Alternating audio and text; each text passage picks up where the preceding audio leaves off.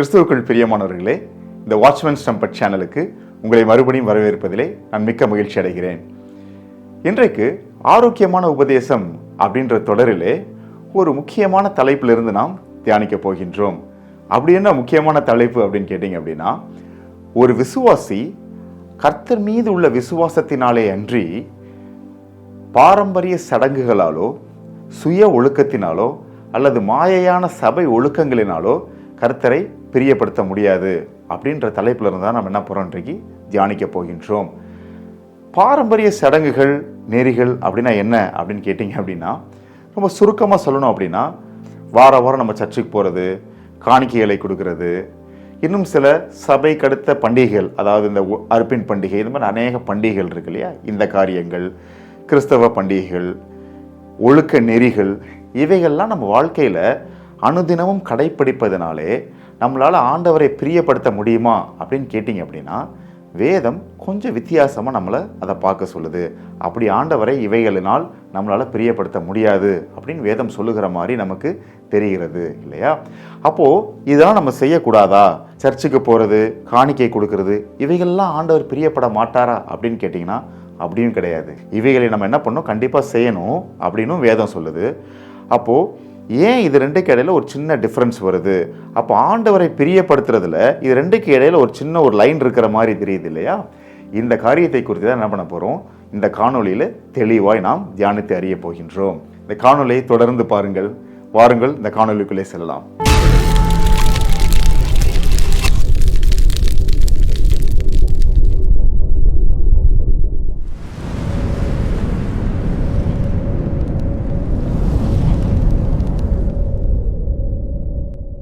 சபையினுடைய பாரம்பரியங்கள், சடங்குகள், நெறிகள், இவைகளை நம்ம அனுதினமும் தவறாமல் பின்பற்றுவதன் மூலமாக மாத்திரம் ஆண்டவரை நம்மளால் பிரியப்படுத்தி விட முடியாது அப்படின்னு தான் நம்ம இந்த இன்ட்ரடக்ஷனில் பார்த்தோம் இல்லையா. அப்போது எப்படி நம்ம ஆண்டவரை பிரியப்படுத்த முடியும் அப்படின்னு பார்த்தோம்னா, வேதம் நமக்கு தெளிவாய் சொல்லுகிறது, அவர் மீது உள்ள விசுவாசத்தினால் மாத்திரமே இல்லையா. அப்போது ஆண்டவர் மீது உள்ள விசுவாசம் அப்படின்னா வேதம் நமக்கு என்ன சொல்லுது அப்படின்னா, அவரே ஆண்டவர் அப்படின்னு அறிந்து கொள்வது மாத்திரமல்ல, அவர் நமக்கு சொல்லிக் கொடுத்த எல்லா கட்டளைகளையும் கற்பனைகளையும் நம் வாழ்க்கையிலே நாம் கை கொள்ளும் போது தான் நம்ம அந்த விசுவாசத்தை நம் வாழ்க்கையில் என்ன பண்ணுறோம், கிரியையாய் நாம் கடைபிடிக்கிறோம் என்று வேதம் சொல்லுகிறது இல்லையா. கிரியை இல்லாத விசுவாசம் செத்தது அப்படின்றது தான் வேதத்திலிருந்து நாம் தெரிந்து கொள்கிறோம் இல்லையா.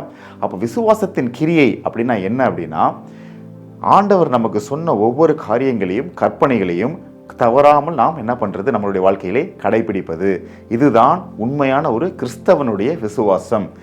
ஆண்டவர் மீது இப்படி நாம் விசுவாசம் வைக்கும் பொழுது, நம் வாழ்க்கையிலே நாம் பரிசுத்தமாய் வாழ வேண்டும் என்ற வாஞ்சையோடு ஆண்டவரை தேடும் பொழுது, நீதிக்கு அடுத்த காரியங்களை நம் வாழ்க்கையிலே நாம் நாடும்போது ஆண்டவர் அதிலே பிரியப்படுகிறதாய் நம்ம பார்க்கிறோம். அப்போது இந்த காரியங்கள் நம் வாழ்க்கையில் இல்லை, ஆனால் இந்த சடங்காச்சாரங்கள் நெறிகள் இதுகளுக்கு நம்ம முக்கியத்துவம் கொடுத்து அதற்கு பின்பாகவே நம்ம சென்று கொண்டு இருந்தோம் அப்படின்னா அவைகளில் ஆண்டவர் என்ன பண்ணுறதில்ல, மிகமாய் பிரியப்படுவதில்லை. இது ஏன் இன்றைக்கு நம்ம தெளிவாய் தெரிஞ்சுக்கணும் அப்படின்னா, இன்றைக்கு அநேக சூழ்நிலைகளே நம்மளுடைய கிறிஸ்தவ சமுதாயத்திலும் சரி, நம்மளுடைய சபைகளிலும் சரி, இதை பற்றி நமக்கு தெளிவாய் போதிப்பதில்லை என்பதுதான் காரணம். கரெக்டாக நம்ம சர்ச்சுக்கு வந்துடணும், காணிக்கை நீங்கள் கொடுத்துருங்க, இந்த சில பண்டிகைகள் நீங்கள் ஆசரிச்சிருங்க, இன்னும் சபைக்குரிய நெறிகளை நாம் பின்பற்றி வரும் பொழுது ஆண்டவர் அதிலே பிரியப்படுவார் அப்படின்னு அநேக நேரங்களில் நமக்கு சொல்லப்படுகிறதா நம்ம பார்க்கிறோம் இல்லையா. அப்போது வேதத்தில் இதை குறித்து என்ன சொல்லியிருக்கு அப்படின்றத நம்ம என்ன பண்ணிடலாம், ஏசாயா 1ஆம் அதிகாரத்திலிருந்து நம்ம இப்போ துரிதமாய் வாசித்து விடலாம். ஏசாயா 1ஆம் அதிகாரம் 11ஆவது வசனத்திலிருந்து, உங்கள் பலிகளின் திரள் எனக்கு என்னத்திற்கு என்று கர்த்தர் சொல்கிறார், ஆட்டுக்கடாக்களின் தகன பலிகளும் கொளுத்த மிருகங்களின் இனமும் எனக்கு ஆரோசிகமாயிருக்கிறது. காளைகள், ஆட்டுக்குட்டிகள், கடாக்களுடைய இரத்தத்தின் மேல் எனக்கு பிரியமில்லை. நீங்கள் என் சந்நிதியில் வரும்போது என் பிரகாரங்களை இப்படி மிதிக்க வேண்டும் என்று உங்களிடத்தில் கேட்டது யார்?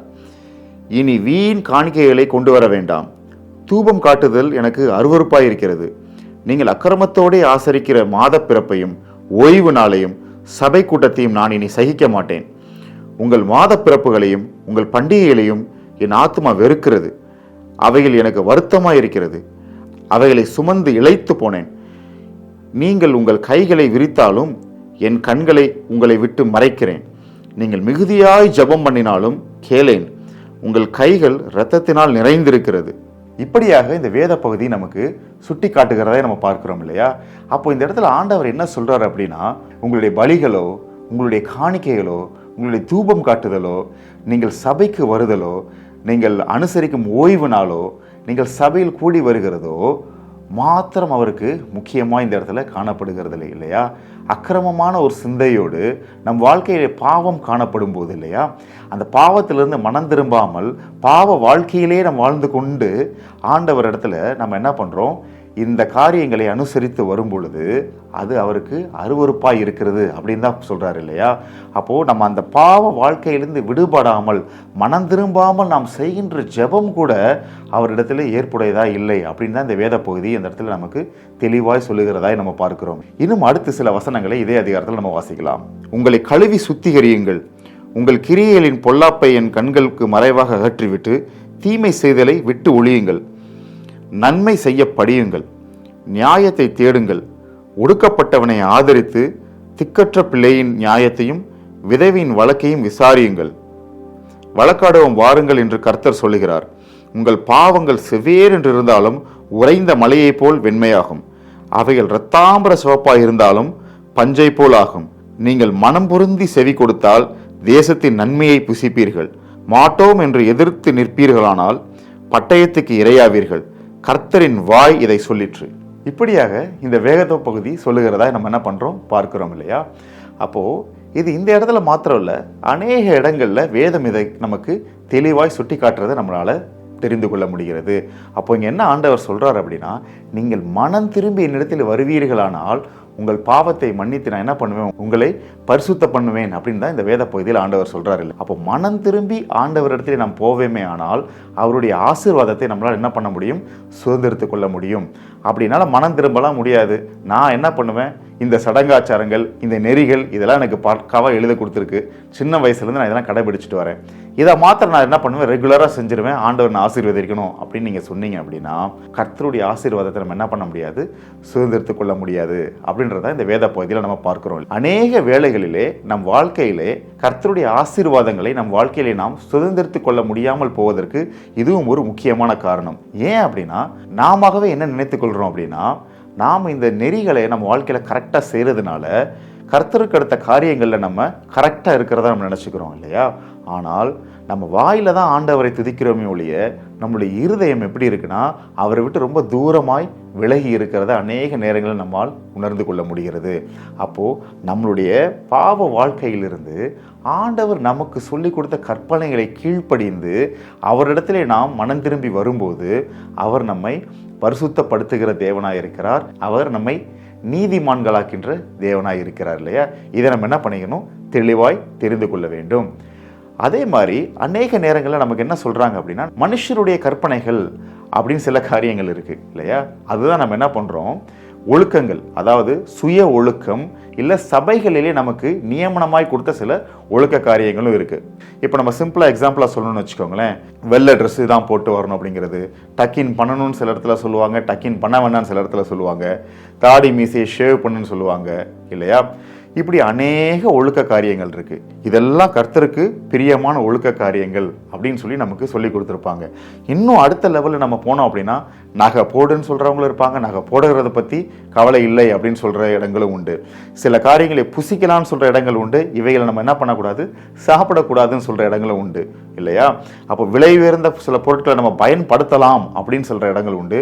விலை உயர்ந்த பொருட்களை நீ கையால் தொட்டா கூட என்ன ஆயிடும், அதில் தீட்டு அப்படின்னு சொல்கிற சில இடங்களும் உண்டு இல்லையா?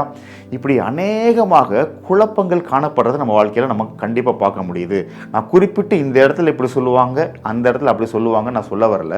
நான் தோராயமாக இப்படி சொல்கிறதுலேருந்து உங்களுக்கு என்ன வந்திருக்கும், ஒரு ஐடியா கிடச்சிருக்கும் இல்லையா எதெல்லாம் நான் சொல்ல வரேன்னு.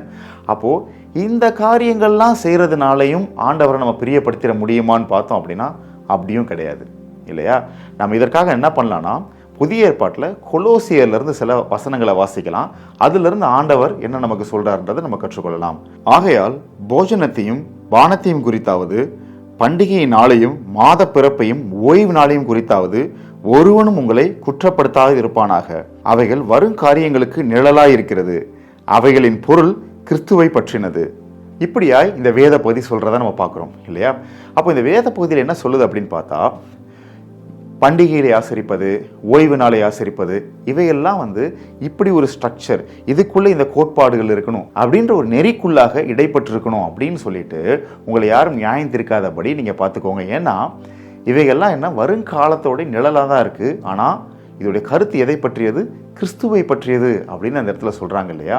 இது ஏன் அப்படின்னா, இந்த கிரேக்க சபைகளுக்கு பவுல் இதை எழுதும்போது அந்த பகுதிகளில் வாழுகின்ற யூதர்கள் இந்த காரியங்களை கொடுத்து இது இப்படி தான் செய்யணும், இப்படி செய்யலைன்னா தப்புன்னு சொல்லிட்டு அநேக நேரங்களில் நியாயப்பிரமாணத்தோடு செய்து குழப்பி கிறிஸ்தவ சபைகளுக்குள்ளாகவும் என்ன பண்ணுறாங்க, இந்த குழப்பத்தை ஏற்படுத்தினதாக நம்ம பார்க்குறோம் இல்லையா? அதனால தான் பவுல் என்ன பண்ணுறாருன்னா, கிரேக்க சபைகளுக்கு எழுதும்போது இதை ரொம்ப ஸ்ட்ரைட் ஃபார்வர்டாக கிளாரிஃபை பண்ணிக்கிட்டே வர்றாரு.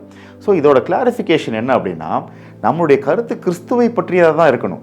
அதை விட்டுட்டு மற்ற காரியங்கள் இது இந்த நெறி அந்த நெறின்னு சொல்லிட்டு அந்த ஸ்ட்ரெயிட் ஃபார்வர்ட்னஸில் நம்ம ஃபஸ்ட்டு ஃபோக்கஸை நீங்கள் வச்சிங்க அப்படின்னா, நம்ம அநேக நேரங்கள் என்ன பண்ணிவிடும் அப்படின்னா, ரூல்ஸ் ரெகுலேஷன்ஸ்குள்ளே போய் நம்ம சிக்கிக்கொள்வதாக நம்ம பார்க்குறோம்.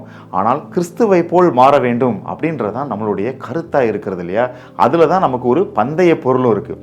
நம்மளை ரூல்ஸ் ரெகுலேஷன்ஸ்குள்ளே போய் சிக்க பண்ணிவிட்டு நம்மளிடத்துலேருந்து இந்த பந்தய பொருளை யாரும் எடுத்துக்கொள்ளாதபடி நம்ம என்ன பண்ணணும், கேர்ஃபுல்லாக இருக்கணும் அப்படின்னு தான் இந்த வேத பகுதியில் இதற்கு அடுத்த சில வசனங்களில் பவுல் சொல்கிறத நம்ம பார்க்குறோம்.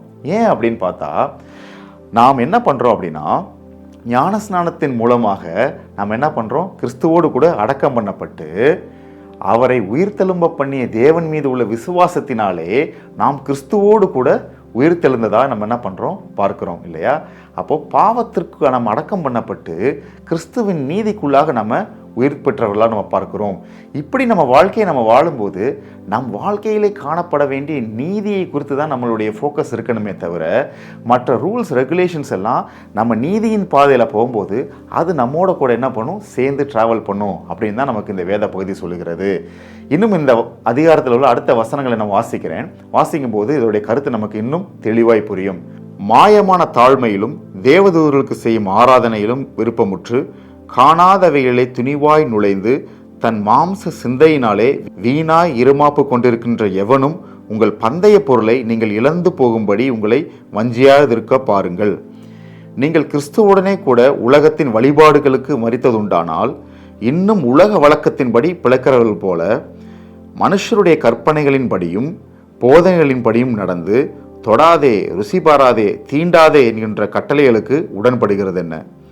இவைகளெல்லாம் அனுபவிக்கிறதுனால் அழிந்து போகுமே. இப்படிப்பட்ட போதனைகள் சுய இஷ்டமான ஆராதனையும் மாயமான தாழ்மையையும் சரீர ஒடுக்கத்தையும் பற்றி ஞானமென்ற பேர் கொண்டிருந்தாலும் இவைகள் மாம்சத்தை பேணுகிறதுக்கே ஒழிய மற்றொன்றுக்கும் பிரயோஜனப்படாது. இப்படியாக இந்த வேத பகுதி நமக்கு தெளிவாய் சொல்லுகிறது இல்லையா?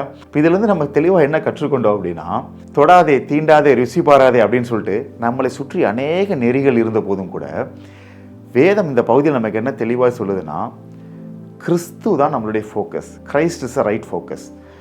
அதை விட்டுட்டு நம்ம தேவையில்லாத விஷயங்கள் எல்லாத்துலேயும் ஃபோக்கஸ் பண்ணி அவைகளை முன்னிலைப்படுத்தி அதன் மூலமாக நம்ம என்ன பண்ணுறோம், நம்மளுடைய நீதியை தேடுவோமே. ஆனால் இதெல்லாமே வேஸ்ட் அப்படின்னு தான் இந்த வேத பகுதி நமக்கு சொல்லுது இல்லையா?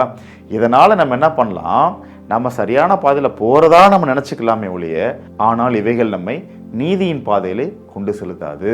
அப்போ வேதம் நமக்கு என்ன சொல்லுதுன்னா, விசுவாசத்தினாலே நீதிமான் பிழைப்பான் அப்படின்னு தான் நமக்கு வேதம் சொல்லுது. அப்போ விசுவாசத்தினாலே நீதிமான் பிழைப்பான்னா நம்முடைய வாழ்க்கையிலே நம்முடைய விசுவாசம் எப்படி இருக்கிறது அப்படின்றத நம்ம தெரிந்து கொள்ள வேண்டும். நம்ம நம்பிக்கையின் மாத்திரம் அல்ல, நம்முடைய வாழ்க்கையில் இருக்கின்ற செயல்கள் எப்படி இருக்குது அப்படின்றதையும் நம்ம தெளிவாய் தெரிந்து கொள்ள முடிய வேண்டும். நம்ம வாழ்க்கையின் நற்கிரியைகள் ஆண்டவருக்கு மகிமையை கொண்டு வரும்படியான அளவுக்கு நம்மளுடைய வாழ்க்கை எப்படி இருக்கணும், ஒழுக்கமுள்ளதாக இருக்கிறதா நம்ம பார்த்துக்கொள்ளணுமே ஒழிய, நம்ம இந்த ரூல்ஸ் ரெகுலேஷன்ஸ் இந்த நெறிகள் இதில் ஃபோக்கஸை அப்படி கொண்டு போய் வச்சு அதன் மூலமாக நம்ம நியாயப்படலாம் அப்படின்னா அது முடியாது அப்படின்னு அந்த வேத பகுதியிலேருந்து நம்ம தெளிவாய் கற்றுக்கொண்டோம். அப்போது இதுக்கு நம்ம ஒரு சின்ன ஒரு ஃபார்முலா நம்ம லைஃப்பில் வச்சுக்கலாம். லைஃப்பில் நம்ம ஒரு விஷயத்தை செய்கிறோம் அப்படின்னா, இதை இயேசு செய்தாரா, இதை இயேசு செய்திருப்பாரா அப்படின்னு நம்ம என்ன பண்ணணும், கண்டிப்பாக ஒரு செக் பாயிண்ட் நம்ம வச்சு செக் பண்ணிக்கணும் நம்ம லைஃப்பில் இல்லையா? எந்த ஒரு இடத்துல நமக்கு ஒரு கொஷின் வந்தாலோ, எந்த ஒரு இடத்துல நமக்கு ஒரு ஐயப்பாடு ஏற்பட்டாலோ, இதை நீங்கள் ஒரு கிளாரிஃபிகேஷனுக்கு வச்சுக்கிட்டீங்க அப்படின்னா ஈஸியாக நமக்கு டெசிஷன் கிடச்சிரும். இல்லையா? இதை நம்ம செய்யலாமா செய்யக்கூடாதா அப்படின்னு சொல்லிட்டு. அப்போது வேதத்தின் கற்பனைகள், கிறிஸ்து நமக்கு சொல்லிக் கொடுத்த கற்பனைகள், அவர் நம் கை கொள்ளும்படி நமக்கு சொல்லிக் கொடுத்த காரியங்கள், இவைகளை முன்னிலைப்படுத்தி வேதத்தோடு கூட நம்மளுடைய வாழ்க்கை அசோசியேட் ஆயிருக்கா? நாம் செய்கின்ற ஒழுக்கங்கள் அதோடு அசோசியேட் ஆயிருக்கா? அதே மாதிரி நம் வாழ்க்கையில பின்பற்றி வருகின்ற சபையின் காரியங்கள் வேதத்தோடு அசோசியேட் ஆயிருக்கா? பரலோக ராஜ்யத்தோடு ஒத்து வருதா? இவையெல்லாம் நம்ம தெளிவாய் பார்த்து அதன்படி நம்மளுடைய வாழ்க்கையை நம்ம அலைன் பண்ணும்போது அப்போ ஆண்டவர் நம்முடைய விசுவாசத்திலே மகிமைப்படுவார் என்று நமக்கு தெளிவாக இந்த வேதத்திலிருந்து தெரிகிறது. நான் திரும்பவும் முதல்ல இருந்து வரேன். அப்போ சர்ச்சுக்கு போகிறது, காணிக்கை கொடுக்கறது, இதெல்லாமே நம்ம செய்ய வேண்டியது இல்லையா அப்படின்னு கேட்டிங்கன்னா கண்டிப்பாக இதெல்லாம் நம்ம செய்யணும். சபை கூடி வருகிறதை விட்டு விடாதிருங்கள்னு வேதம் சொல்லுது இல்லையா? நமக்கு ஆண்டவர் கொடுத்த ஆசீர்வாதத்திலே அவர் மீது நாம் கொண்டிருக்கின்ற அன்பின்படியினாலே அவருக்கு அதில் ஒரு பகுதியை நாம் கொடுப்பது வேதத்தின்படி மிக சரியான ஒரு விஷயம். ஆனால் என்ன இதில் பிரச்சனைனா, இதை நம்ம ஒரு ரூல்ஸும் ஒரு நெறியுமா நம்ம செய்யும்போது நம் வாழ்க்கையிலே நம்ம பரிசுத்தத்தை பேணாதபடி இந்த காரியங்கள் மூலமாக நமக்கு பரிசுத்தம் வரும்னு நினச்சோன்னா தான் மிஸ்டேக். இன்றைக்கு நமக்கு அநேக நேரங்கள் எப்படி சொல்லிக் கொடுக்குறாங்க அப்படின்னா, நீங்கள் ஊழியத்துக்கு காசு அனுப்பிச்சிங்க, காணிக்கை அனுப்பிச்சிங்க அப்படின்னா உங்கள் பேர் எங்கே எழுதியிருக்கும்? பரலோகத்தில் எழுதப்பட்டிருக்கும் அப்படின்லாம் சில பேர் சொல்கிறாங்க இல்லையா? கண்டிப்பாக இருக்காது. நீங்கள் உங்கள் கையில் இந்த பாக்கெட்லேருந்து காசு எடுத்து காணிக்கை பெட்டியில் போட்டிங்கன்னா கண்டிப்பாக அதனால் நம்ம என்ன பண்ண முடியாது? பரலோகத்துக்கு போக முடியாது. நம்ம வாழ்க்கையிலே விசுவாசம் காணப்பட வேண்டும். காணிக்கை போடுறவெல்லாம் பரலோகத்துக்கு போயிடலாம் அப்படின்னா வேதத்தில் காயினும் தானே போய் பலியிட்டான். ஏன் ஆண்டவர் ஆபேலுடைய பலியை ஏற்றுக்கொண்டு காயினுடைய பலியை நிராகரிச்சார் நம்ம பார்க்கணும் இல்லையா? அப்போது நீங்கள் பலியிடும் போது கூட விசுவாசத்தினாலே ஆபேல் என்ன பண்ணால் அவனுடைய பலியை செலுத்தினான்னு வேதத்தில் நம்ம பார்க்குறோம். காயின் இடத்துல அந்த விசுவாச குறைபாடு இருந்தது, சுயநீதி அதிகமாக இருந்தது. இதை நான் செஞ்ச ஆண்டவர் ஏற்றுக்கொள்ளுவார் அப்படின்ற ஒரு மெத்தன போக்கு இருந்தபடினாலே அந்த காணிக்கை ஆண்டவர் என்ன பண்ணல? ஏற்றுக்கொள்ளவில்லை. அதே மாதிரி நாம் செய்கின்ற ஒவ்வொரு விஷயத்திலையும் ஒரு தாழ்மை இருக்கிறதா? இது ஆண்டவருக்கு ஏற்புடையதா? இது கர்த்தருக்கென்று தான் நான் செய்கிறேனா அப்படின்னு சொல்லி வாழ்க்கையில் ஒவ்வொரு விஷயத்தையும் நம்ம செயல்படுத்தி ஒவ்வொரு காரியத்தையும் யோசித்து ஆண்டவருடைய மகிமைக்கென்று நாம் செய்யும்போது கர்த்தர் நிச்சயமாய் நம்மளுடைய காரியங்களிலே பிரியப்படுகிறவராக இருப்பார். கிறிஸ்துவனுடைய நாமம் மகிமைப்படுவதாக. உங்களை இன்னும் ஒரு காணொலியை சந்திக்கும் வரை உங்களிடமிருந்து விடைபெறுவது கிறிஸ்துவிலே உங்களுடைய சகோதரன் ஜோயல்.